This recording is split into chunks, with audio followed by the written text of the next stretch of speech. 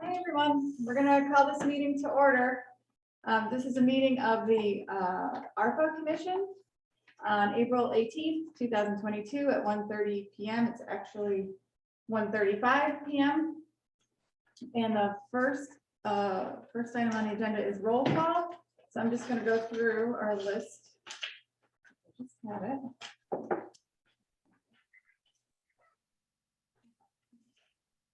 I got organized now. Okay, here it is. So I know Eric is here. I know Don is here. Troy is not here because Right, so that that's seat a remains vacancy. open. Yeah, so when we have a new public works director, we'll have a new person to take up that seat. Stu Cobb. Yep. I see Stu, yep. And Stuart Fisher, I see you online. I'm here. Mike D'Amato, I see you online. Jenny Arpin, I see you online. Robin Campbell is probably not going to make it today because she's in the town clerk's office alone. Tom Smith, I see you there. And Samantha Hills, that's you, right? It is I. That's who we have, which is a quorum. The second item on our agenda is approval of minutes from April 4th, 2022. And Mike had sent those out on Friday to everyone. And I guess we'll entertain a So motion. would we approve them before they've been filed? Because Mike put them online, but that they weren't actually received by Robin because we weren't here Friday, so Oh, I don't. I don't think there's an issue with you approving them because I think they're filed independently, right? And they have to be there within, they're filed late, but I think you can still approve them. Received by the town clerk. Sorry, you cut out there. What? Have to actually be received by the town clerk. I'm just looking to see if he's done that now, then this is all a moot point. You said that Friday this morning. So she did. So I'll make a motion to approve the meetings from April 4th. okay. Is there a second? Second. Stu Cobb seconded. All right. I actually had a couple of things I wanted to check with you all on in the minutes. The first one was for the band room, the tabled Arpa project 7 on the first page. My recollection was that it was there was a need for updated pricing before it would be moved to a public hearing. But, Yes, yeah. I agree. yeah, that's correct. All right, so then I would say my friendly amendment would be to just take off the last sentence and just say or the end of the first sentence would be the timing for this project and the need for updated pricing before it would need to move to a public hearing. And then the other thing. I don't believe it doesn't need any more public hearing. It just, the pricing was what we're waiting for to Yeah, take we needed, actual action. yeah, we needed updated pricing, so however. ARPA 6 on the second page, it's just missing the last word, I think, of that sentence, which I think is requested, that the cost would be slightly lower than requested. And then I had a question about ARPA 17 on page 3. And I'm sorry, Mike, I didn't look at the tape because I'm just going by what I remember, but it says Erica made a motion to combine the two 17 and 18 together into one project and move the projects forward to public hearing. And that was seconded by Robin, and it was all in favor. So what I had put that project on my sheet, like from my notes, that it was on an on hold one. Not that it was moving forward because we were waiting for more information, but I'm guessing, Mike, you listened to the tape, so you probably heard it more recently than me. Yeah, I mean, I tried to go through the tapes. Sometimes it's hard to hear what people are saying, but I did use the tapes when I put the minutes together. But Doesn't mean that your notes are wrong. My recollection is that we combined them into one project, but not necessarily that we moved it forward. I know we still had some. We were still looking for some information about the project Right. as a whole Right, before we were ready to go to public hearing. yeah, so I guess the question is then, I mean, if this is what we did at the meeting, then this is what we did at the meeting, so we should approve it as is, but, I don't know if that's what we meant My to do. recollection is we combined them because you're concerned that they're gonna, dig for the wiring for the lights and then go back and, Right. whatever immediately thereafter and dig for the drainage, and one will be digging up the other. And, Right.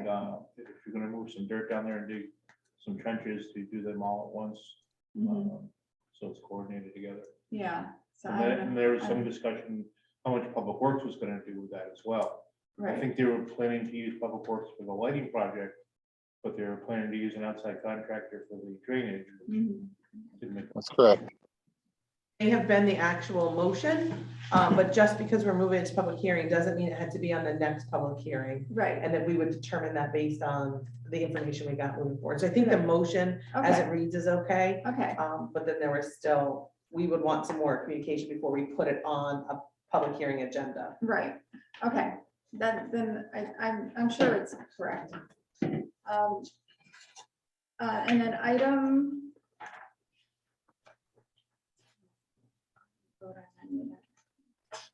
No, that was it, that was all that jumped out at me. And my only correction for this minute, these minutes and moving forward is that we do members present, we just have to denote who was via Zoom.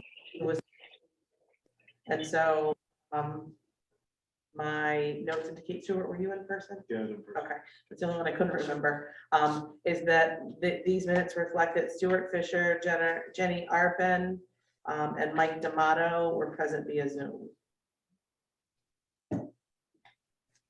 And that Samantha Hills was absent. Okay. All right, so any more discussion on the minutes?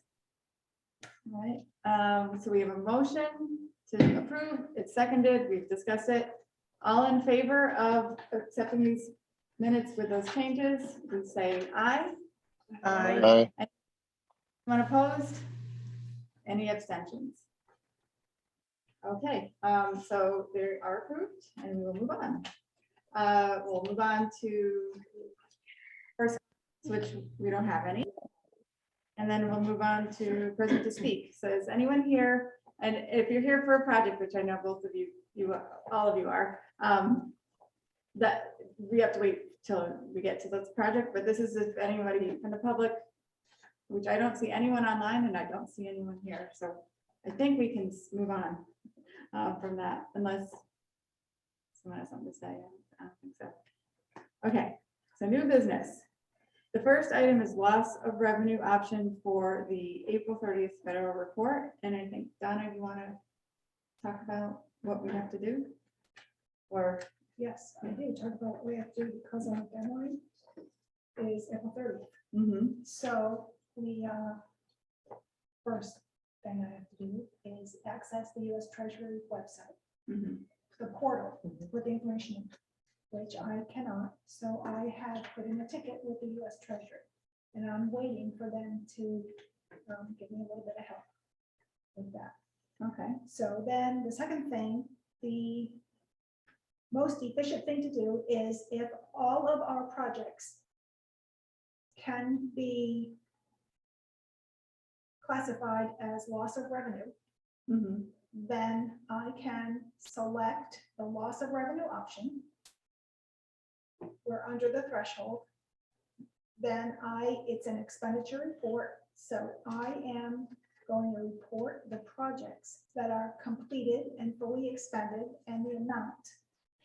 The mhm. rest of the projects, I'm just gonna leave for the next filing, which I understand it to be 1 year later. Okay, on April 30th, 2023. Okay, And then I'm gonna put in those projects that have been fully expended mhm, and closed out. okay. So we have two projects that are fully expended and closed out. Yes, And so I guess the big question is, do we just decide that all projects are just gonna go under the loss of revenue category because it's simpler, it's simpler reporting? So I would say of the projects we've approved thus far, I only see one currently that does not fall in that category, and that's the EDC assistance, that 300,000. That is not something that would be typical municipal spending. Mhm. And so I don't believe that falls under revenue loss, but I believe every other category, every other project that we've approved falls into that. So I think that would be, it's certainly a more streamlined process for Donna in the reporting area. If we go loss of revenue, but I don't believe that one fits into, because our typical municipal spending would not be loans or grants to Mhm. businesses or nonprofits. Right, okay.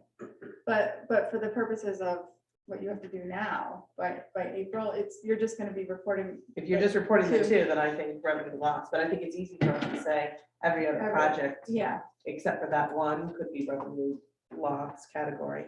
So my understanding is that we needed to say, as far as revenue loss, which of the two methods we were going to use to calculate revenue loss. And so do we need to take a vote as a commission to do that? And so it's either using their formula or the $10 million cap. We're well under the $10 million cap. So in my mind, Donna, unless you feel differently, I think it's easiest for us to just say we would take all of ours using the cap of $10 million. Otherwise, it's a crazy formula, which we would still fall into, but so we should use the cap I think that's and my. report under loss of revenue. The two Mhm. projects that we've done. yeah, I think so. And then next year, for the reporting, we'll have one project that's not loss of revenue. The 300,000 for EDC. There could be There others. could be, right, some of these others, I, really want to look at to see if they fall, some of the ones that Jenny and Alan have submitted as far as, camp and Mhm. such. But it'd probably be easier if we tackle that. And it doesn't have to be in this meeting for the rest of the projects, but as we approve a project and then we determine its use Mhm. category. Okay, so it's gonna be the AC units at the senior center Mhm. and The The air purifiers. for $2,500. Yes. That's closed.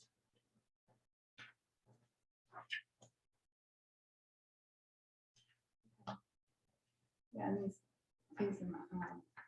So you don't have to report on projects Oh, I- that we spent dollars on, just ones that are closed as far as the reporting. Well, I wasn't gonna do like progress reporting Okay, because are we required to? And I know you can't get into the portal, so until you're there to see, I just wanted to make sure. The only other thing we have in progress, well, no, that's not true. Because now the ambulance has been begun and the radios have been ordered. But I didn't know if we had to report any other expenditures, even though the project wasn't complete.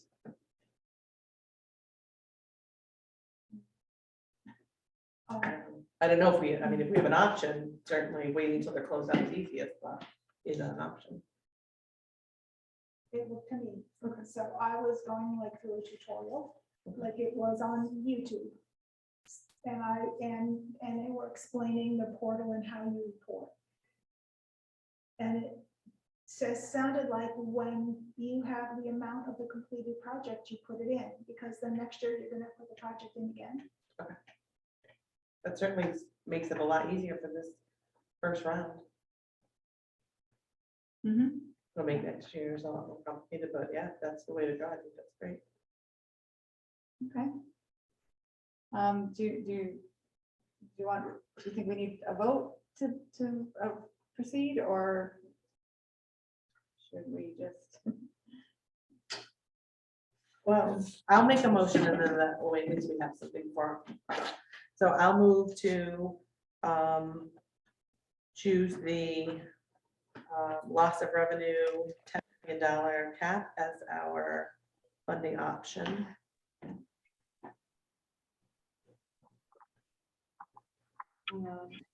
Well, the two separate. Okay, I'll second that. Any discussion from the rest of the commission? Okay, all in favor? You're on. Opposed? Abstaining. Okay, so it's all in favor. I'm just gonna abstain from that. Me, Samantha's- Samantha.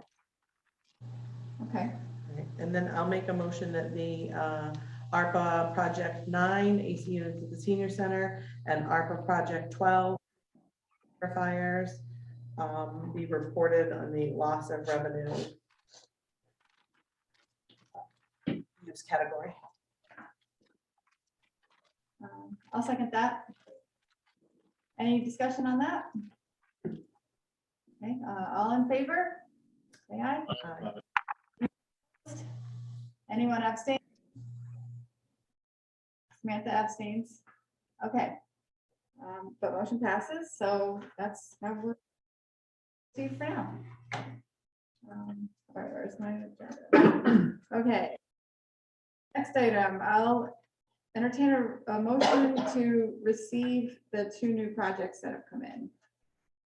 Someone wants to make that motion? I'll move to receive ARPA Project 28 and ARPA Project 30. Is there a second? Second. Stu Cobb seconded. All right, any discussion about receiving those projects? For our list? No? Okay, so all in favor, please say aye. Aye. Anyone opposed? Anybody abstain? All right, so that passes. So those are now officially in our queue.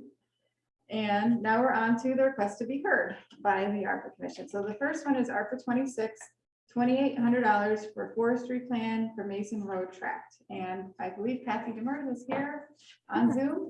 Hi, The request. Hi, good Kathy. afternoon, everybody. The Conservation Commission does have 2 requests today. The first one's for ARPA 26.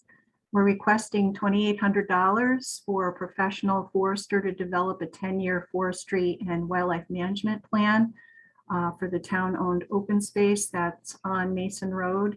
It includes the Milton track and the Talmadge track, as well as the anticipated acquisition of the new Talmadge Estate property. We usually have a plan done every 10 years. We currently have a forestry plan in place that was done by Conwood, and it's going to expire at the end of this year.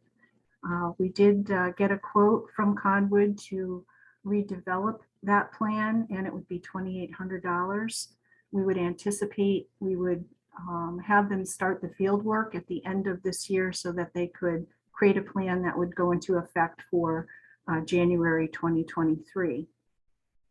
And we feel that this request is something that would be eligible under ARPA because of public health benefits.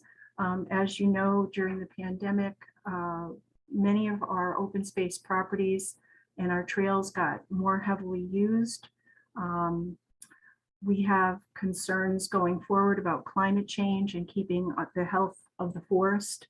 This particular forest off of Mason Road contributes very heavily to watershed protection for the Fenton River, as well as the aquifer that feeds the Yukon campus.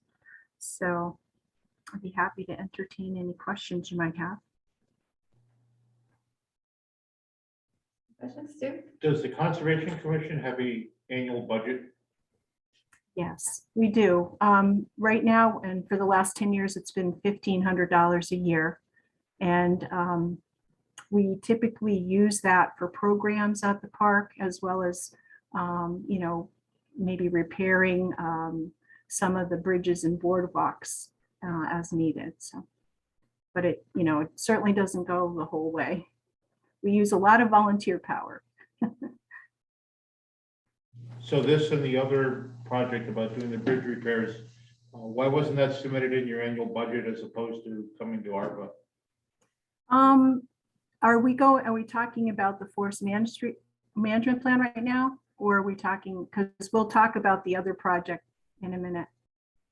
Just in general, those two items, the ARPA 27, which is the park structure maintenance, I believe, Yep. request. Yep. Why didn't those show up in your annual budget request as opposed to coming to ARPA now? I guess we, at the beginning of last year, or excuse me, the end of last year, when preparing our budget, we really hadn't thought about doing an inventory in terms of really looking at all of the bridges, for example, and seeing what might need repair in the next 4 years. And the forest management plan, there may be some other possible funding through the Park and Rec Fund that we've used in the past, but that fund is down to about a little under $6,000 now. And we were hoping to kind of keep some of that in reserve because we have some other possible projects coming up at the park, including some invasive plant removal. We have some Phragmites that's starting to grow in Taylor Pond, and we might need a professional to treat it. And we also have been thinking about maybe putting a handicap accessible pathway from the parking lot at Fenton Ruby down to the fishing platform. So those are some other possible uses for that Park and Rec Fund in the future.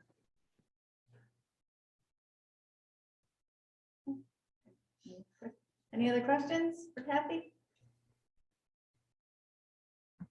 No? Or does anyone want to make a motion about this particular project, ARPA 26? And our choices are to move it to a public hearing, or to table it, or to deny it, or I guess those are our three options. I'll make a motion to move to public hearing. I'll second. Okay, so Stu made a motion to move it to public hearing. Erica seconded. All in favor of moving it to a public hearing, please say aye. Aye. Anyone opposed? Anybody abstain?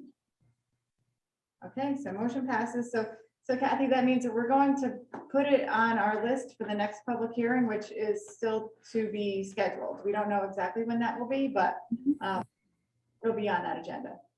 Okay. Okay, great. Okay, so now you can talk about ARPA 27, which you kind of mentioned a little bit about it already. So ARPA 27 is request for $3,500 to repair and or replace the boardwalks and bridges on the trails that are located on town-owned open space. So within the last month, we've done a complete inventory of all of the bridges and boardwalks. We have 8 different trails in town. There's 6 over at Fenton Ruby, and there's 2 more on the Talmadge and Knowlton trails. And so overall, we have 20 bridges and boardwalks. Most of those span about 12 to 16 feet.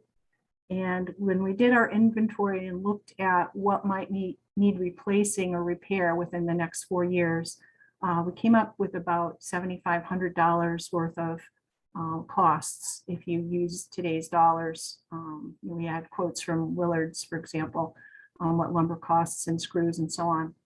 And we know that we're not going to be able to do that fully with our regular budget. And it kind of it's less than like a capital expense that we could request. So we'd like to request ARPA funds for this.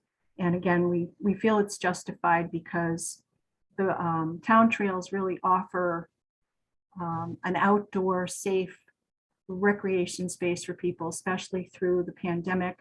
And as we can see, we still need these kinds of outdoor spaces because we're probably going to be having people need to be in safe spaces for years to come. So And again, this is just for the lumber and things like screws. Everything else is all volunteer manpower.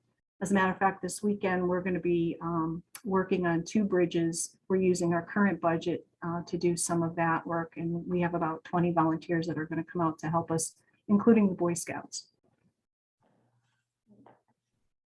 All right. Does anyone have any questions for Kathy, or would anyone like to make a motion?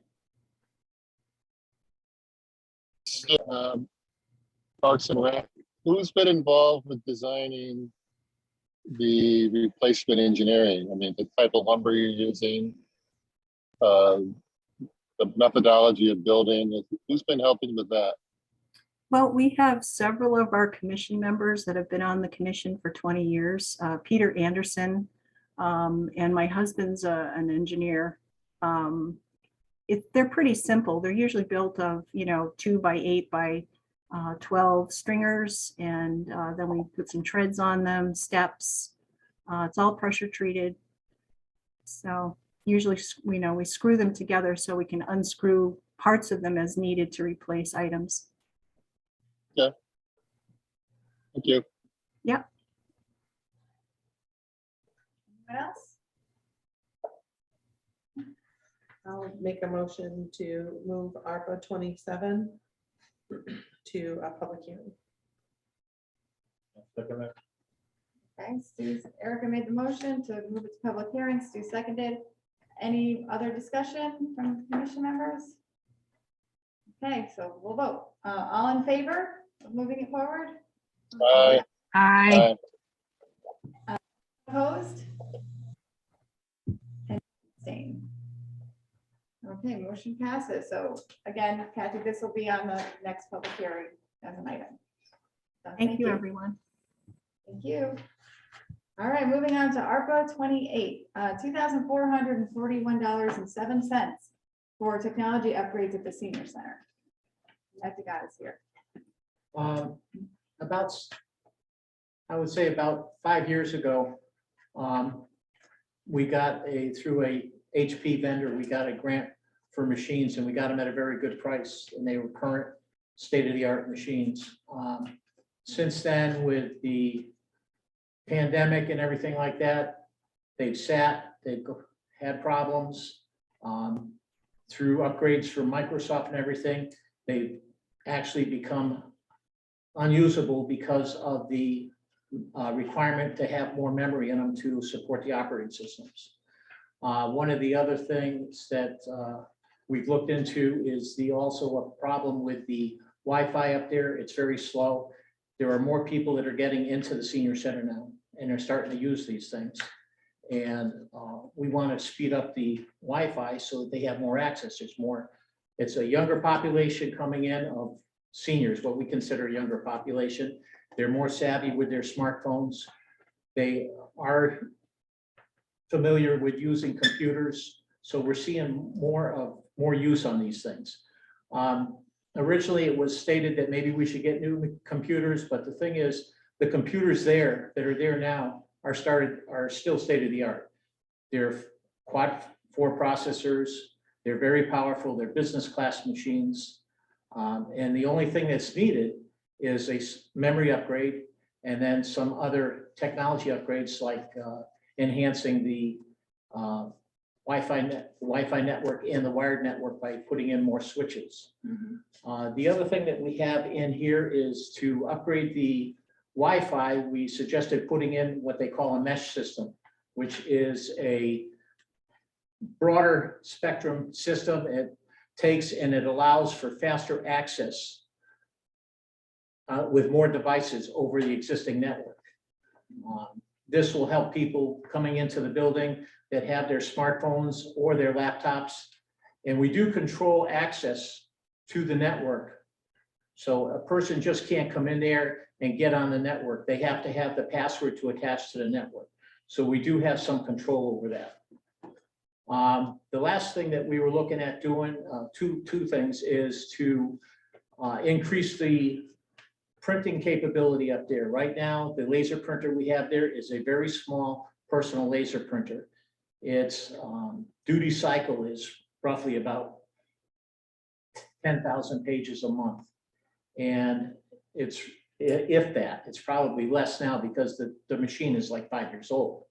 What we're looking at doing is upgrading it to a machine that has a duty cycle of around 20,000 pages, so 20 to 25,000 pages a month. And this would have Wi-Fi capabilities, so somebody coming in on their smartphone, if they saw a recipe or something, or they wanted to print off information from the senior center, they'd be able to do it right there. And then the last thing is the senior center has never had a license for Office, for Microsoft Office on the machines. We'd like to purchase 5 licenses for the 5 machines of the current Office product, which is Office 2021. So all of that is 2,400 and change. That's right. So The memory is very specific to the machines. That's why it would be hard for the school or somebody else in the town to say, oh, we've got this memory, you can put it in the machines. It doesn't work that way. Memory chips that are going into these computers, whether it be a laptop or a desktop, is specific to the manufacturer that makes the motherboard and the processor that's in the machine. So you just cannot take any memory and throw it in there and it's going to work. I guess I have some concerns about, in general, you know, is it you, Ed? Are you the only one who's handling IT there? What kind of, you know, firewalls and protections are there? There is a If you're fire. if you're upgrading the Wi-Fi, so there are more users who have access to your printer and your network, who's monitoring that so that, you know, in this day and age, there's Well, less chance of viruses? like I told you, we have a password on the Wi-Fi network. You just can't get into it. You have to have a password in order to attach to it. And believe me, the password we've got is alphanumeric, and it's about 15 digits long. And it would take you about 3 to 4 million tries doing the cycle in order to get it. As far as and that would control the printers as well, access to the printers. So you can't get at the printers, you can't get at the Wi-Fi, you can't get on there, even if you plug in up there, which there's no plugs up there to plug into. So you can't take a laptop up there and plug into the wall and expect to come up and get on the system. It just doesn't work that way because there are no plugs to get into the system. So anybody coming from outside, in order to attach to the system, they have to go through the Wi-Fi. I have lots of IT concerns, right? We're at risk, and so the town has protocols in place. I can get the Wi-Fi password and then share it from my phone to Christine, and she never has to talk to you about getting the password. You know, iPhone to iPhone, it just shares the password. So I think we open ourselves up to a little bit more. I just want to make sure that everything there is protected.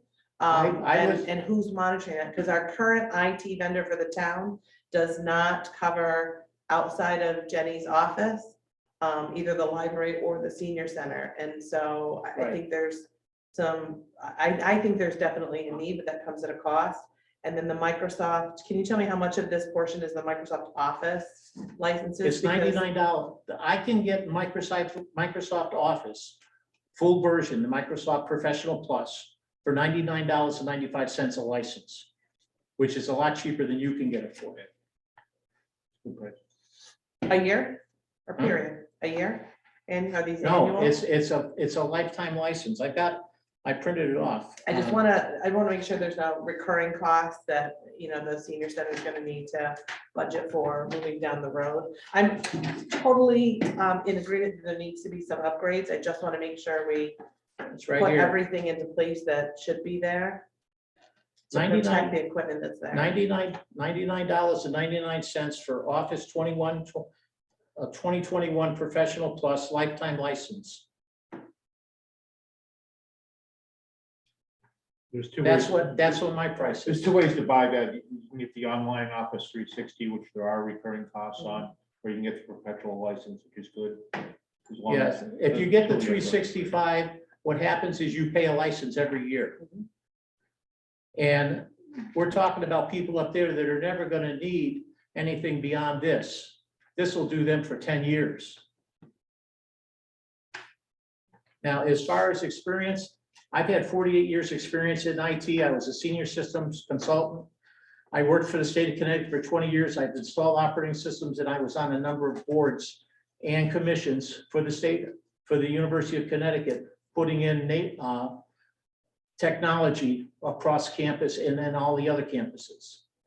I was just elected as the chairman of the technology committee for the senior center, so I am controlling it now. I believe you're capable. I have concerns of single point of failure. And I think we've experienced that both from the town perspective and school perspective with multiple items. So if Ed, you move out of Wellington tomorrow, who's managing the IT? in the We would have to senior center? train, we would have to train another person. And so- I am looking towards expanding my committee to get experienced people in there that I would train. I would like to see some of these computer systems. But you have A the little same, bit more. you have the same problem in town. I can tell you right now, I could go to any one of your computers in here and I can hack into it and I can change your administrative password without you even knowing it. But I've been trained I was trained through the FBI as an ethical hacker, so that's why I can do it. Right, so, and I don't want this to be a, me I know what against you. you're I think it's a saying. positive. I just have concerns. If you're no longer at the senior center, do we have adequate IT protections at the senior center? And should we be looking in that direction? And that may be a broader conversation than ARPA. But as we're looking for funding, it's something for us to Well, think we're about. looking to upgrade the existing computers there. And we do have the wireless there, so it's not what that we're adding anything new. And the only other thing that we're adding new is we were looking at putting cameras on the 3 open machines so that people that can't travel and see their loved ones can use Skype or something like that to communicate with their families. That's the only thing new. That's good. I think the bigger discussion not to be done here is, do you want the town's IT vendor to have a hand in all the other computer systems in town? Well, And that's not a discussion for here. no, I think there should be someone, and whether or not those groups choose to manage those, the contract we have doesn't cover that, so it would Understand be at that. their expense, but I just want to know that it's something that's being thought of, and if we're looking at spending these dollars for things, that there's been a broader conversation.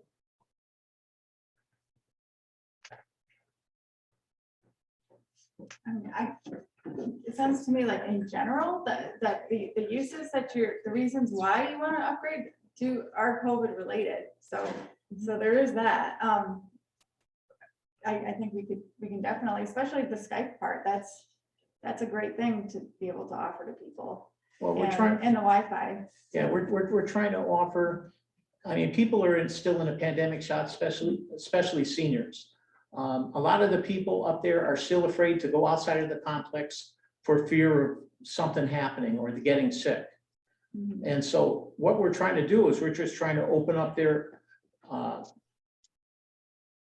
life a little by being able them to go outside using technology. That's all. Can I say something? Sure. I just wanted to speak to this.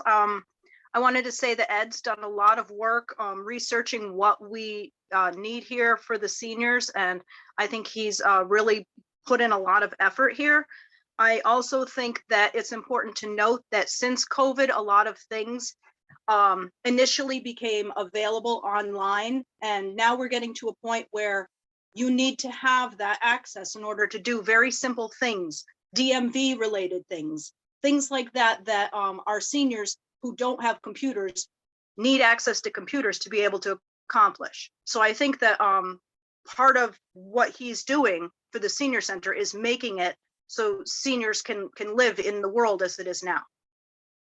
There's another option to this too. Having the I computer. totally agree with that. Having the computers upgraded like this would allow seniors to actually, if they wanted to, go on those computers, do their grocery shopping and have them delivered right to the door. And again, it's a relatively small amount compared to what we're seeing. And you did say, yes, there's ongoing costs to the town. How often do you see some of these costs needing to be put into place.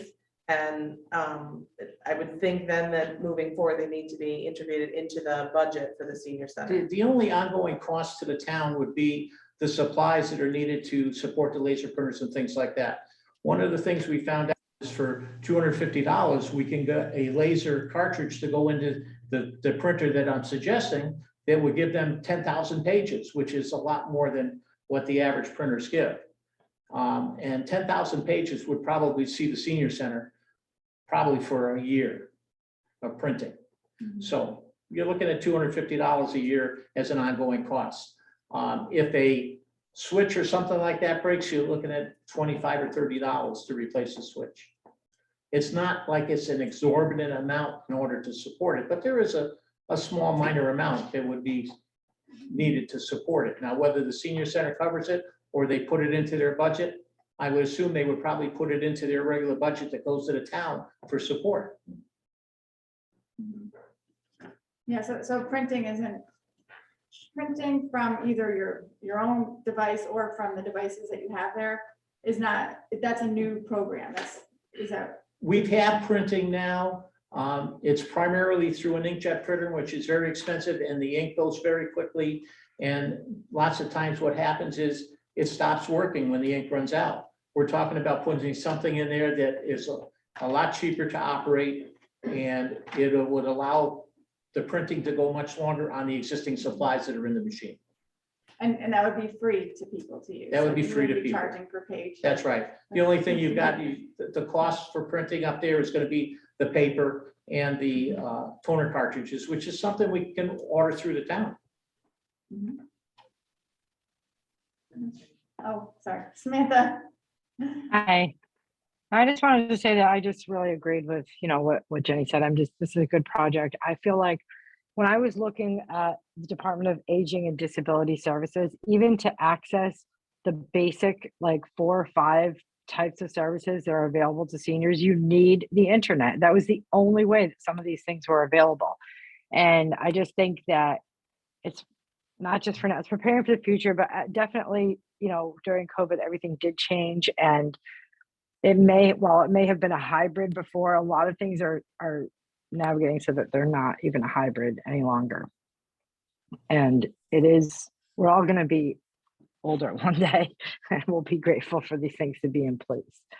And, I'm not sure exactly what concerns Erica. I mean, I'm not fully understanding all of that stuff, but it sounds like you obviously, understand the security clearances and things like that. So if that's the only hindrance, then maybe writing something that would satisfy that concern would help a lot, and we could just move it forward. Say that I asked questions about the project. I have not said I don't agree with it or I have concerns about it. I have concerns about internet safety. I know, risks and making sure that we have all those bases covered. Those are my only concerns. Yeah, I know. And that's why I said if he wrote a statement about it, maybe that would help. That's all I'm saying. Nothing else. Well, this new mesh system would also have security with it. In other words, we would be setting up a firewall that's automatically in it. Now I have a mesh system running in my house, and I can tell you that you can't break into it because you can't even see my machines. Yeah, the safety of the users is really my biggest concern because, our seniors are going to be trusting us to make sure that their information they're using a public computer for, maybe safe, that may be the only computer they have. And I think that's a great opportunity. I absolutely think we need upgraded services there. So don't mistake my questions for not supporting this project. I just have some questions that I want answers to. Yeah, the support with seniors is prevalent with everybody. I mean, Yeah. You have an iPhone. How many things do you get on your iPhone after you go out and purchase something on the internet with your iPhone? You get all kinds of stuff because they keep that information and they do what they call data mining. And there's no way around that except that we recently changed to Spectrum Security Suite up there. So they're monitoring everything that's coming over as well. So we're constantly upgrading the security on the computers. Yeah, I mean, again, I agree. My generation's, we're coming to the senior center. We're on our way. Give us a couple of years and we're there, so. Does anybody have any more questions, things to say? Does anybody want to make a motion? I make a motion, but this is a very specific cost, and so I think I'd rather see us put maybe a little bit more by the time it goes to I was buy gonna- it. This may not be what, Yeah. so can I make a motion to approve ARPA 28 for,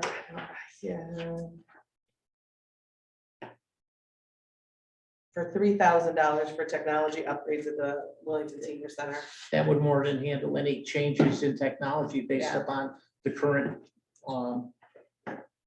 problem, shipping, et Yeah, cetera. so I'll just increase it a little bit, but that's my motion, because it's very specific. Maybe. Is there a second for Erica's motion? I'll second that. Stu Cobb seconded it. Any more discussion? Okay, all in favor? Say aye. Aye. Aye. And anybody opposed? Abstentions?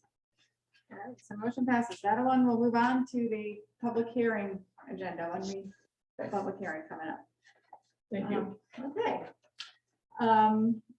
I just saw Phil Stevens walk in. And it's gonna be a while before we get to his item. Would anybody mind skipping ahead? Because he just has to No. give us a very quick update. Sorry, so I just emailed Erica, the quote for the band room that came in was 14.9. Okay, So I know for our policy, we need to get a couple more quotes. Mhm. It's just a matter of doing that, but it's not gonna be more than the 20 that was there. So, okay. Okay, Yeah, great. yeah. That's great. That's always good news. Yes. Okay. Then we'll keep that in our notes for when we get to that Yep. part. Can everybody save on money? Yeah, yeah. Try. It's amazing. So I just figured to come up and share that. Okay, thank you. Yep. Thank you very Thank much. you for jumping in. Yeah. Jumping. No problem. All right, ARPA 30, $200,000 for an emergency generator and direct emergency call line at Button Hill for the Wellington Housing Authority. And I see John Berg, and I forgot your name. but My name is Lori Bradley. Lori Bradley. I'm the executive director of Button Hill, and you obviously know Don Berg, chairman of the Housing Authority. I'd like to clarify that we put in for up to 200,000. We don't have specific quotes on the alarm system yet. We have a ballpark. We do have a specific quote on the generator. Button Hill Senior Housing, as you probably know, consists of 24 units of low to moderate income housing. It's located at 10 to 16 Senior Way in Wellington. Currently, it's the home of 25 residents with a possibility of housing up to 48, since every unit can have 2 people in it. The housing complex now has no reporting call for aid devices. That means if somebody falls or is sick and pulls the cord, the emergency cord, it just rings to the outside of the building, what we commonly refer to as a buddy system. If we could put in a reporting system, then that reporting system would automatically call 911 in the event of somebody pulling that cord. Units also have smoke detectors in them and a sprinkler system in place. The sprinkler system obviously goes off if there's a fire in the unit and it reaches that temperature to activate the sprinkler system.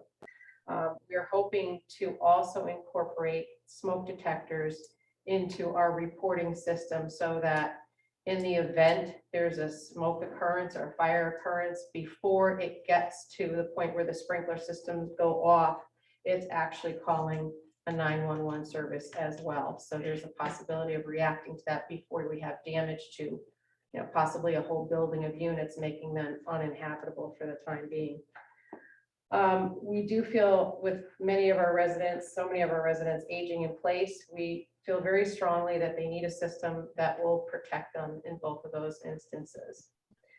I speak from experience, having seen the buddy system. I might also say I run Coventry Housing Authority in Coventry. We had the buddy system for many years and it fails to work on most occasions. Alarms go off on the outside of buildings, sometimes all night. Nobody hears them. They're not all that loud. And sometimes that can have devastating consequences. We've had deaths, unfortunately, due to that, where people probably could have been saved. They were the ones pulling the cord and, laid there all night. So I think it's a very timely thing. I think it's a wonderful thing to do, and I think it's a necessary thing. I've reached out to the alarm company that we use in Coventry. We now have all reporting alarms. We have smoke detectors. We have 7 devices, actually: heat detectors, smoke detectors, call for aids, and pull stations at each door. The best estimate, simply to attach the call for aids to a reporting system, is around $70,000. We're thinking that if we are also incorporating the smoke detectors in the building, it's probably going to be around $110,000.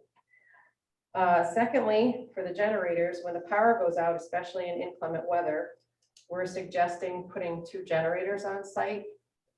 We already have 4 1,000 gallon propane tanks in the ground up there that we could attach the generators to. We're talking about putting 2 emergency generators and 30 kilowatt come-ins. We also have another proposal that's for a Generac generator. They're all in the area of around $80,000. Tower generator has been very specific about what they would put in. They would put in 2 generators, one between building 10 and 12, and one between building 12 and 14. I'm sorry, 14 and 16. And each of those would come to 38,000 change, 38,438. Those would run heat, hot water, the emergency light that's already in the units, and also the street lighting outside the complex. That we feel is pretty sufficient for needs. We're most concerned about times when it's winter time and we're without power. We did have an incident in the winter last year where the residents were without power. Many had nowhere to go. They were left without heat in their apartments. Fortunately, the power was restored overnight. That being said, I received numerous phone calls on the emergency phone saying, what are you going to do with my mom? People who are living out of state, what are you going to do? If the power doesn't come back on for a week, what are we supposed to do with our elderly residents there? We have a lot of people that don't have relatives. What would we do with them? Even though it's independent living, we still feel responsible for these elderly people, making sure that they're safe. While we're just the managing agent for the property, we take the safety of the residents very seriously. Like I said, the application that I submitted is asking up to $200,000. I'm fairly confident that the cost to install both these systems will come in less than that, with no additional reoccurring costs to the town. We would take care of the upkeep of the generator, the maintenance and the monitoring of the systems, including preventative maintenance on the generators. And like I said, we already have propane tanks on the property that we could just tie into to make that work. So I'm just respectfully requesting that you take into consideration the application for these 2 things in order to keep our elderly population safe. And I'd just like to add that the call for aids that we presently have, turns out after speaking with the manufacturer, after the project was completed, those are not listed for outdoor use. So all you really hear is this funny little screeching sound that you don't even know it's an alarm. We could go and upgrade the buddy system so you have an alarm, but there's no guarantee that's going to save the person either that's fallen down.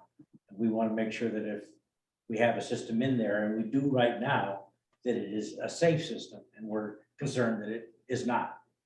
And of course, getting to the smoke detectors, as Lori said, it would be very nice to find a condition that could potentially start a fire long before it actually starts the fire, and the temperature rises to the point where we either, if it's an upstairs apartment and the sprinkler goes on, then we flood the downstairs apartment 2 of our occupants need to move out until it's occupiable again, or worse, lose a whole building for occupancy. So we feel they're important. I wish that they were included in the project. I wish we had a big enough budget to afford them an upgrade. This seems an opportunity to do that, and we'd appreciate your consideration. I'd like to speak to that if that's okay. I just think it's important for the ARPA Commission to note that this is not possible to put into CIP. Been there, done that, right? Yeah. Didn't do that, yeah. And why, I forgot why. There's an agreement Right. in place that said they could not come back Oh, right. to the town for more funds. So that leads to, my question is, again, I wish this had been part of the facility in the beginning. But we're looking at, let's just call it $200,000 of upgrades. At some point, these things will need to be replaced, there'll be maintenance on them. Where's the cost of that gonna come from? Are we gonna see our senior residents there? They're gonna be bearing the brunt of that. We Moving routinely put forward. aside, sorry, I didn't mean to. No, it's okay. We routinely put aside money into our reserves, and since we're a new property, we don't have a lot put aside. We're close to 50,000 at this point, and we continue to put as much away as we can to have the reserves for those kinds of things. I know that I can speak to what I have in place already for Coventry. The generators that we had in place, the Cummins generators, which are exactly like we're talking about putting in up there. We are just now replacing the ones that were put in 25 years ago, so that they pretty much stand the test of time. As far as the alarm system, our alarm system in Coventry is 15 years old at this point, and we basically just do checks every year and replace batteries and things like that. So those things can easily be handled by the budget that we put into place for, the upkeep of those things. I think this is a great project. Again, I know Don in the Housing Authority came before CIP, before it was ultimately determined that it didn't qualify there. I think you've answered some of my questions. Don't want to see us use these one-time funds and then push costs onto residents as far as rate increases in their rent. So I just want us to be cognizant of that. But I think this is a great use of ARPA dollars. And this is just for the Button Hill complex. Yes, that's the only thing that we run, And the other building is owned by the Access Agency now. right. Does that have these copper service No buttons? idea. And I think it does have a They have a generator. generator. Just So to run that. the generator is a partial system in terms of, it doesn't do the whole building. Mhm. It does some of the lighting, it powers the common room in the basement in terms of being able to cook on a limited Right. basis and that sort of thing. So, and the heat system, they have to actually throw the zone valves manually, but they can provide heat in the building as well for that generator. Mhm. But as a nonprofit, they would be eligible to apply. And I would think with the reach of Access Agency, that they're aware of that. Options. Yeah. One of the things. One thing I will add too, while we're still discussing, is that when we constructed it, where there's one emergency light in each apartment that would be powered from a generator. I'd like to have the opportunity to come back to the board, and when I find out whether it's feasible or not, to add solar and batteries so that each apartment actually has resiliency, so that when the power goes out, they can generate power and they have battery backup for their refrigerators and all the rest of their plugs for those people on oxygen generators that are not directly connected or have refrigerated medicines and so on. I don't know how long this opportunity will be available, but we're gonna look into that, into the feasibility of it. There's a grant available to us for technical assistance along those lines. So I can't speak to that now. Right now, I'd just be happy to get them heat, hot water, one emergency light that goes on. And smoke detectors that report and call for aides that when they pull a switch in the bedroom or in the bathroom actually has a chance of Reaching working, somebody. reaching Yeah. somebody, and quite honestly, limiting our liability as well. Stu, can I ask you just what your thoughts are on these call for service buttons? So he's our emergency management director, so he would know. We find mostly activations for 911 come through the private service that the iPhone can't get up buttons kind of thing, that they're on, necklaces now and wristwatches and that sort of thing. We do get notification, at least we've had some at the apartment complex for the pull cords. Because there's been some accidental that somebody's cleaning and they pull the cord accidentally. I know we get from the apartment complex some notification. I don't know. if we've ever Meaning had- Wellington Woods? Yeah, the 25 Senior Way address. Okay. I don't know if we've had any real calls or missed calls for the pull cords at Button Hill. But you wouldn't, though, right? Well, if somebody If heard somebody it called and in, called like it a in. buddy, yeah. But I'm not sure we've had any incidents like that up there. They're kind of also instructed when they go in that it doesn't really go anywhere except for the outside, so. And I find in Coventry that the people who do have their buttons or their wristwatches, a lot of times will leave them somewhere other than on themselves. Well, we have the same problem with pull cord. There's a limited number of pull cords in the Right. within their own unit, and they have to be, assuming they're immobile, they have to be within reach of that pull cord. So it's not a magic button for everything. No, it's not, It's that's with true. them, but if they have the expectation of it working, which ultimately is a notification to somebody. Yeah. Counting on your neighbor to hear. Not a And great the way, option. Button Hill's designed where, it doesn't have a central hallway like the 25 Senior Way, where you're more likely to have a neighbor, at least get annoyed at the noise and figure out what's going on. Button Hill side, differently where, you could be 2 units away and you'd never hear it. You could be standing out in front of it and not know what it is even. Yeah, it's anemic. Is there a light outside that activates for that? Yeah, but if you hold your hand over the plastic cover, you can see what it illuminates. I mean, like I said, they were not designed for exterior use, and the contractor put them in and right down the line and got accepted as done. I have a question on the generator. How did you determine what size generator to purchase? We had Chris from Tower Generator come out and actually look at what we have in the utility rooms and what we have for propane tanks and everything that needs to be connected. He's the one that determined it. Did he do a measurement on the load of that complex? Or I would presume he got quite a write-up, actually provide copies. are those documents? Yep. Okay. Yep, there. I can look at detail.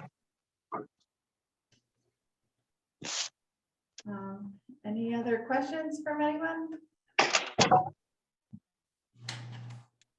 No, any comments? Could that project be split if there isn't enough funding to do both of them? Split as in like just do the generators or just? I would say so. I mean, obviously, we could eliminate the smoke detector portion of it and just do the call for aids. And that would keep it to around 70,000 for that end of it. The generator, I don't know how you would split that any. It'll be more like, do you want Or to do the generators, do you want to do generators. the smoke detectors, Yeah. do you want to do the pull cords? I think we're getting closer to being out of money, so to speak. We're getting there. We're getting there. So if the opportunity, in the overall picture is, to fund, 1 or 2 of those instead of all 3. Some's better than none. Yeah, Correct? I mean, it's tough to figure out which one, but Right, I guess exactly. you're right, the smokes. I know it's because of nothing. Criteria. Call for aids. You're there and they're functionally anemic. The generator would be wonderful. Yep. Any other questions or comments? Just Christina, this Hey, Tom. is Tom. So I guess next week, we just need a breakdown of costs, right? So we can move forward. When do you folks anticipate having a breakdown of the budget? I hope to, from Integrated Technical Systems, at least, if not others, for the smoke detectors and call for aids within the next couple of weeks. We're pushing to get it sooner.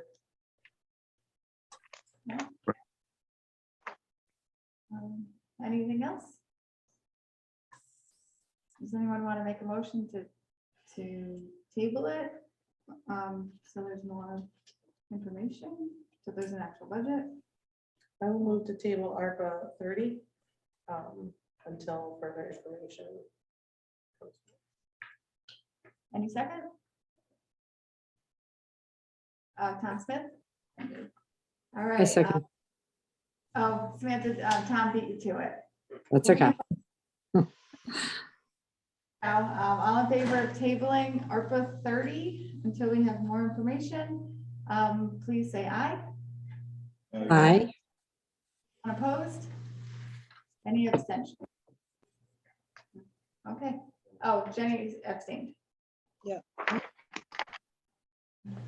All right, so that one, we will move on to be tabled, which we have a few other projects in that category, so we'll just have it on the agenda, so next time if you had an update, if you have actual numbers, then you can present it to us then, and then at that point, we could decide to move it to the public hearing. So. Can the information that we get in be submitted before that? Oh, sure, yeah. And in what fashion? Would like You it? can email it to me at my email address, because that's where some of these updates are coming. I don't think you can go into your project request and make changes to it there. So, yeah, I think that's What's the your best way. email? Would they send it to you or to Kelsey? Yeah, or to Kelsey in Erica's office. Is that who the email came from originally? Here. The appointment, yes, yes. Yeah, so, I think it may have also included. yeah, your I'm sure she email. included Christina's on there because Christina didn't have your, all your emails. Yeah. Because I did not. have that. Yeah. I still haven't gotten into the system. Yeah, See it. I think I did. We'll Okay, we'll figure it out. We can- Okay. That's easy. right. We'll get it. Okay, yeah, and then what I try to do is remind everyone when we have our next meeting that it'll be on that agenda, so. If you don't have that, then you can just ignore that, or if you do, you can come and tell us. Okay. So, yeah, Ultimately, the people at the public hearing would probably ask what the individual dollar amounts and how did you arrive at those? So if we go in kind of unprepared, the questions would just simply continue. Mhm. Yeah, initially, we had gotten the proposal for just the call for aids, but I think detectors are hugely important to put in for that as well. So that's why I'm pushing to get both in one. So that we do have an actual $70,000 item line for the call for aids. But yeah. I don't know if you have already, but you may want to include the fire marshal with that discussion of alarm systems and such to make sure they're appropriately done. I believe my maintenance man has been in touch with him, if I'm not mistaken. What's his name? Dick Palmer. Yes, he has. He knows him very well. Making sure. They've had many discussions. They Okay. go to the Fin Fern Feather together. Okay, well, great, thank you. Okay, thank you. Thank you very much. And we can move on now to our unfinished business, which this section is just the updates on the previously funded requests. So I'll just go through the list, and if I've heard things about it, I'll say it, but if not, you all can chime in. And the first one's ARPA 3, the ambulance. I can pipe in on that. We did look at several ambulances, took some trips to Long Island, to New Hampshire. We did find one that we are purchasing. The check should be available to us tomorrow, I believe. And hopefully we're gonna pick that up on Wednesday. That's up in New Hampshire. Department similar to ours, combination, we get about 5,000 people up there. So we took it for a drive and we think it'll sued us, and there's obviously many expenses on top of the ambulance itself was 35,000, but there's a lot to go into that to outfit it and that sort of thing. That'll be included in that 100,000 total. Okay. Okay, so, so that's a big update. Thank you. ARPA 4, which is the radios for Public Works. Did you say, Erica, there's no update? No new update. So I think I said last time, we've ordered them and they look to be well under budget. Yeah. Okay. And ARPA 5, the air packs for Wellington Hill. ARPA 5 and 6 are both for after in the second tranche of money, so there's been no movement on those. Right. And then the ARPA 10, meeting room equipment. Still no movement. And ARPA 11, the town office building basement cleaning and concrete floor.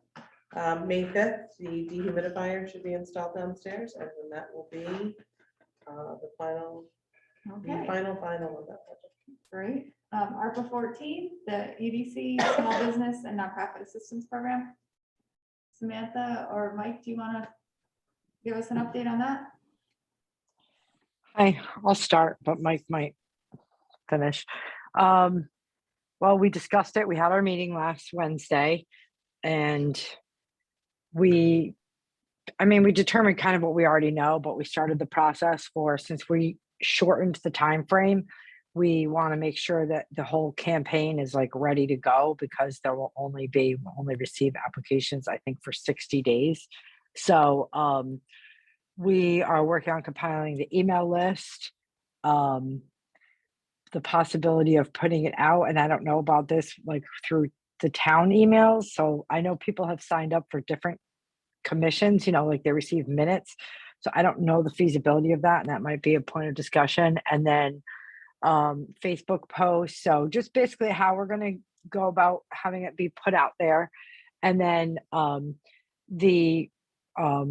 John and Mike, who we work with as a quasi agency, they're going to like put together the rubric modeling it after East Windsor.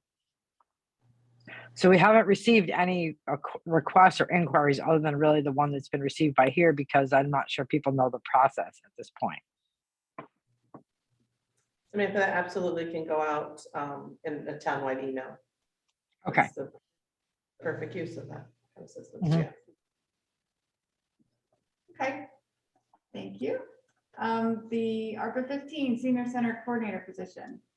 That's Jenny. And I think where we last left off is you were working on the job description. Is there any more updates? Sorry, I had to unmute myself. Yes, I sent a potential draft over to Erica for her review and for her to add anything, and that's where we are still. Okay, great. ARPA 16 radios for the fire departments. They have been ordered, but I remember the deadline for that 9% price increase. They won't be available for several months, being supply chains being what they are. But we've gone as far as we can with that for now. Okay, great. So, so that's great. We're making progress.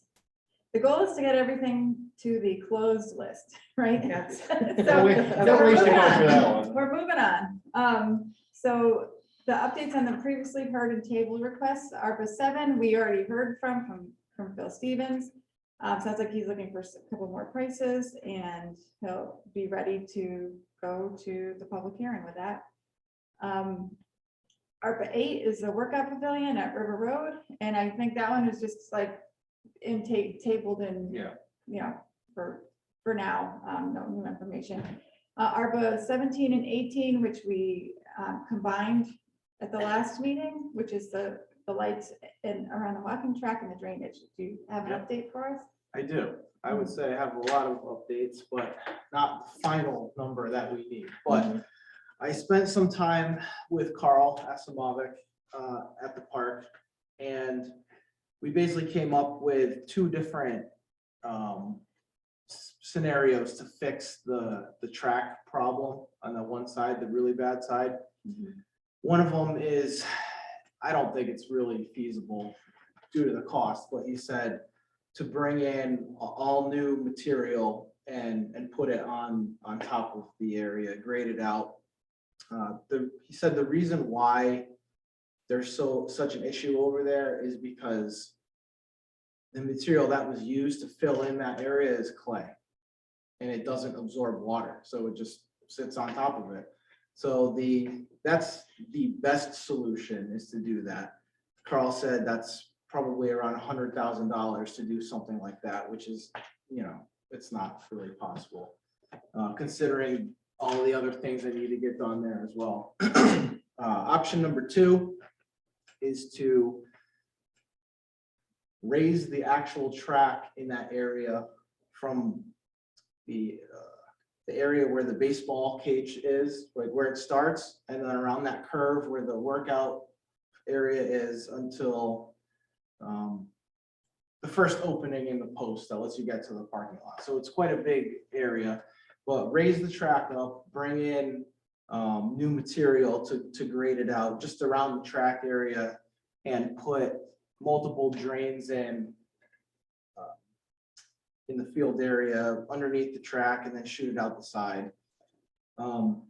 There's also concrete slabs and big rocks in the wood area around the track. So that's gonna have to get moved in order to put the drains in. Area number 2 is the electrical box that was filled with water. Carl said that there's 2 ways to fix that. You can either put another drain in, which is $10,000, or you can pay to have an above ground electrical box put in that won't have any water issue at all. Joe Colangelo gave me a price on that as well. He said he thinks about $750 to put an above ground electrical box in. The part that I was not aware of was on the other side of the park by the soccer field. So Carl had actually gone to the park the day before I met him, and he found another area that has water on the track, only it's not as bad as the other side. And the electrical box next to that area was also filled with water. So it's a second box that would have to be put in on the other side of the track. Basically, mirroring what we would do on the other side, only it's not going to be the same cost. It's much smaller, and one drain would be put in on that side to go under the track. Did you say new drain or a raised box? Or, Okay. not both. Yeah, because We have concerns about having a raised box in the middle of the, either of those fields. My guess is there was a reason why they were underground and not above ground. landscaping convenience is Okay. what I was told. Okay. So. And insecure, like people wouldn't be able to Access. access I it. don't think so. Yeah, once you put it above ground, it becomes accessible. Yeah. Nuisance maybe for the landscaper, but accessible for tampering. Oh, just something to note. The side of the track that I was just talking about with the one drain, that is in a area of wetlands. So that would have to be approved to do that job by the Wetlands Commission. And the last part, this is interesting. I was talking to Carl about our original plan to put the lights in and where we were planning to put the lights in, which was on the outside of the track, shining in, so we would get more light to go into the field area, not just the track. And Carl said that in order to do that, we would have to dig through the track. So nobody had any idea about this. I'm really glad we talked to Carl. The track was designed by him in a way with different layers, layer 1, layer 2, layer 3, layer 4, so that the track would hold up and it would run water off. And the track itself is in good shape after all these years. So you can't just dig out the track and just put everything back in because it's layered a certain way. So to dig it all out, we'd have to pay to put it, a new one back in, basically, layer. So I suggested, why don't we just put the lights on the inside of the track? I ran it by Joe. Joe said that he could install dual-headed lights on the top, so we could have one light that shines on the track and then another light that shines into the field, so we're getting the same effect, but we don't have to dig up the track. We would only be digging up the grass, which can be put right back in. So that is the update on all of the jobs there. Carl is making us a cost estimate, and we should have that by the next meeting. So it's gonna have multiple options on it as well. So like, he's gonna give us the option for bringing in all new soil, and he's gonna give us the option for just doing the raised track and drain. So we'll have actual numbers to look at for the next meeting. And that's the update that I have. Okay. And I would say what would be useful for our commission is if you go to the rec commission and get their recommendation. Because I don't think it's our place to decide like, oh, you should go with option A or option B. I think our job is to just say, you want option B, it costs X, yes or no. That's what we'll do. But yeah, so I don't know when your And meetings the are. prioritization that we've asked before for everything going down on Rec Park there, what's most important to you and which ones have to be done first before you can do the second one, which then becomes the third one and so on. So just to be clear to us, which ones are the priorities there. Well, I think the drainage and the lights, I think, are a package deal now, Well, they are from your perspective and it's a project, but if we couldn't fund the entire thing for the rec commission to say, these are our priorities in this order, so if we couldn't do all of them, here's what we think needs to be done first. So we're not deciding that. We're simply either approving or not approving the funding you've asked for, but that the work that wants to be done comes from the rec commission, not the ARPA commission. But the only thing I think that we've all agreed on is that there's no point in talking about the workout pavilion at this point, especially since it's gonna get pulled up in order to do any option, you know what I mean?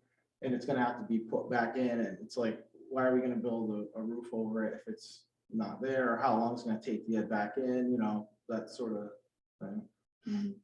But I think until, from my perspective, until such time as the rec commission says, we don't want ARPA to consider it, that we leave it here. Yeah, So it's quasi funded. It's included in the potential bottom line, but we just haven't expended anything. So I would say I'll leave it, on the. Or let to us be know that's your determined. lowest priority. Right. Until the rec commission says, we're not going to do that anytime soon, certainly not in ARPA's timeframe, please remove it from consideration. But otherwise, until they say so, or we as a group say, we're gonna disallow it. And the only other thing that I'd say is that because I made the mistake, this ARPA 17 and 18 really should be on the previously heard and approved to move to public hearing list. So next time it will, and I'll just call it ARPA 17 so that, well, I'll call it ARPA 17/18 and I'll use both of those lines. It's a combined thing, but I'll put it down there. It's already there. It's just, we don't necessarily have to put it on the next public hearing agenda. We can save it for a future one when you have, the actual numbers. So, yeah. Okay, that's great. Eric, what are your thoughts about having Public Works do some of this with their labor and equipment? Listen, it depends on when we're at, we don't have a current public works director. And so I don't want to speak for them as the summertime comes around, depending on when the work's going to be done. We have a very small crew, so they certainly can't do all of the work. And if it's being looked at to be done in the summer, I think it would be very difficult for them to do with the other projects that they have currently.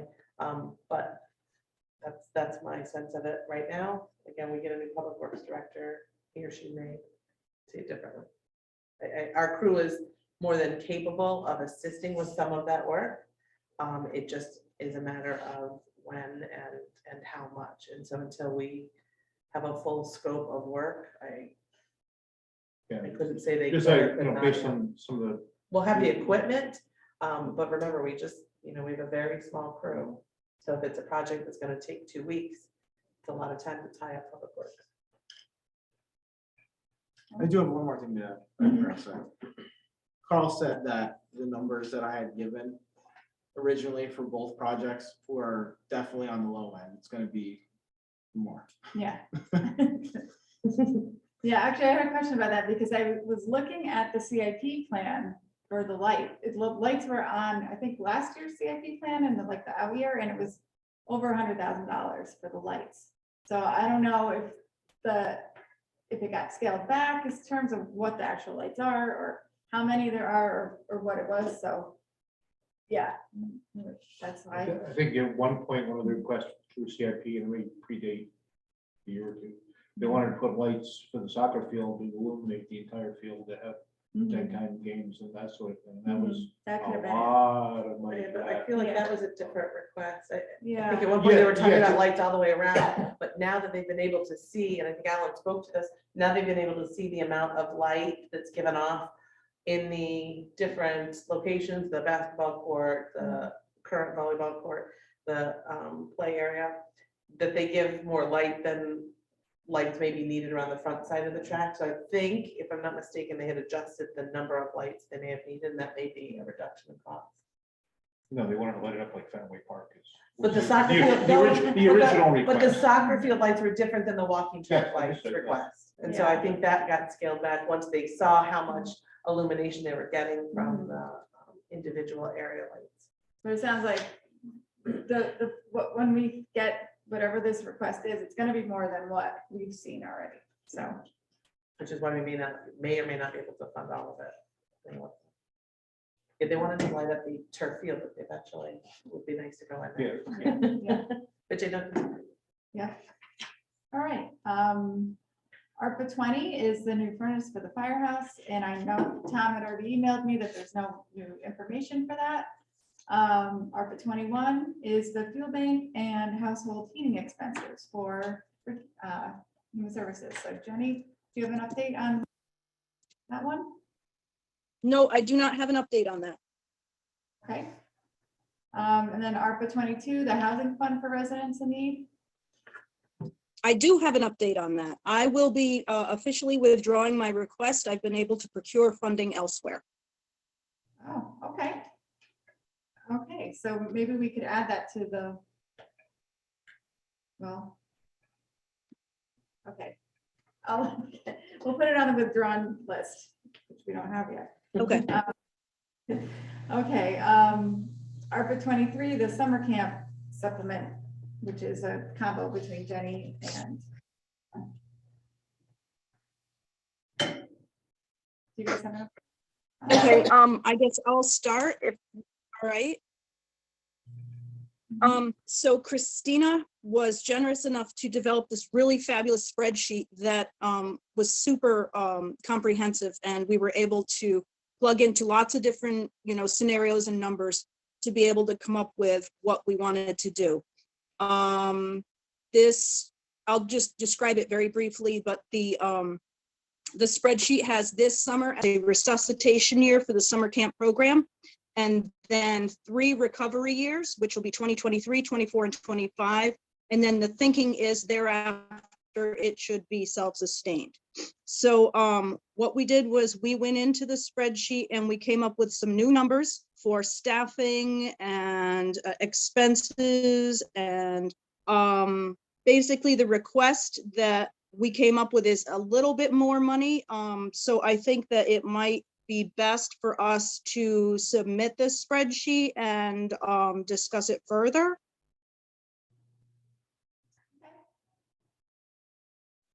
And the only thing that I'm worried about is the timing of when we can have the public hearing and when we can approve the funding for this summer. Because you're already advertising for it, right? The camp stuff. Yes. Would you need to hire more camp counselors, or would you? We're still in the process of interviewing and hiring, but we should be able to hire the number needed regardless. Okay, and the estimates for the number of kids who would attend, that was, when I made the spreadsheet, I wasn't sure what numbers to use, and I'm guessing if it's no cost to people, that there's gonna be more kids than there probably ever has been. So I just don't know if you need more time to ramp up for that, if that's the case, but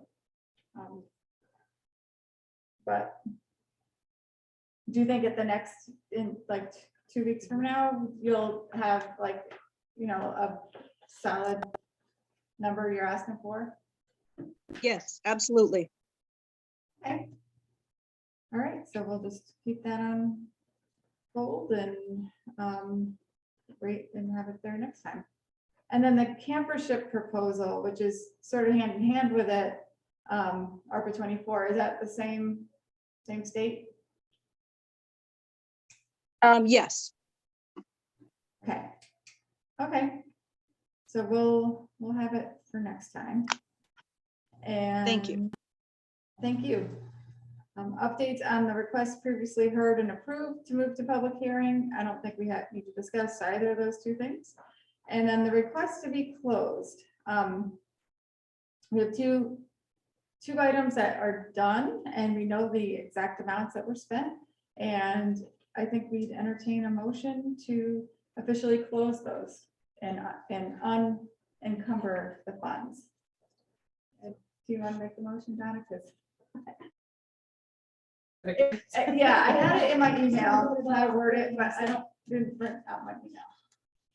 So I'm sure, or I'd like to make a motion that we close ARPA 9 AC units at the senior center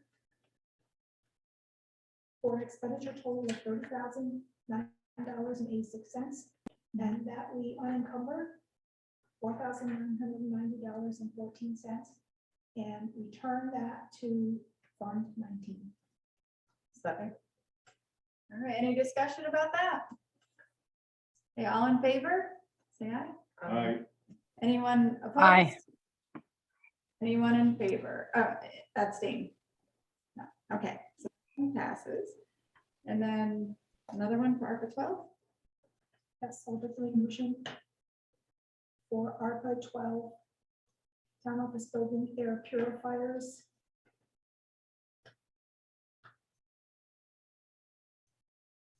That will be exactly the same as the first motion. Right, so $2,260. Yes. Total expenditure, Yes. returning $240. Yep, the unencumbered amount of $230. Reverse back to Fund 19. I'll second. Any discussion? All in favor? Aye. Aye. Anyone opposed? Aye. Anyone abstain? Okay, so those two are closed, and $5,230.14 is now back in the fund, freed up to be spent on another project. So hopefully you guys all got in your packets that I sent out to you, the updated chart that shows all the projects and where they're at in all the steps. And so, like I was saying before, like these two are shown as the two red things at the very end. Our goal is to get all of these to red eventually. We're getting there. We have two now, so that's great. And so the next item is the opportunity to call a public hearing, which if we wanted to do that, we could now. I don't know. We are ready to do it. How many items do we have ready to go to? We have two. So can I ask Donna, so the two, of the two, one, there's actually been dollars spent on, right? So we had, one public hearing, dollars expended and currently coming out of the selectmen's budget. So the longer we take to act on that one do you see any issues, Donna, with then transferring As long as we don't cross fiscal years. right? We're good. So I would say as long as we can do this and we can move before July 1. Oh, I would hope. I I think would we hope. have to have one for the camp stuff. Yeah, so I would say, look, I'd love to move forward on the town side, especially the Wi-Fi project. But if we're gonna go to public hearing, I'd like us to have a couple more projects. And the camp one, I think, is probably the one that's gonna come out and available next. So I say we wait a little bit. Okay. All right. Anyone else have any thoughts on that? Present to speak? Nobody's here. And so that brings us to the final item, which is adjournment. If someone wants to make a motion to adjourn. I'll make that motion. Okay.